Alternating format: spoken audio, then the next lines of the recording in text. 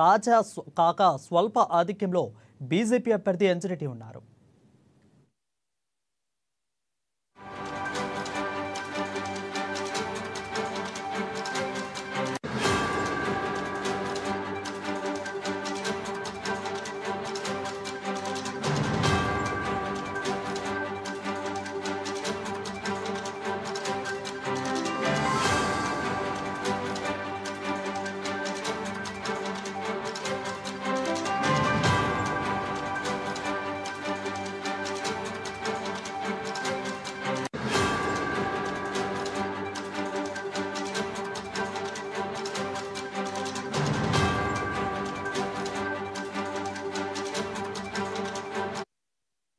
ఇక కరీంనగర్, నిజామాబాద్, మెదక్, ఆదిలాబాద్ జిల్లాల పట్టభద్రుల ఎమ్మెల్సీ ఎన్నికల్లో రెండో ప్రాధాన్యత ఓట్ల లెక్కింపు కొనసాగుతుంది.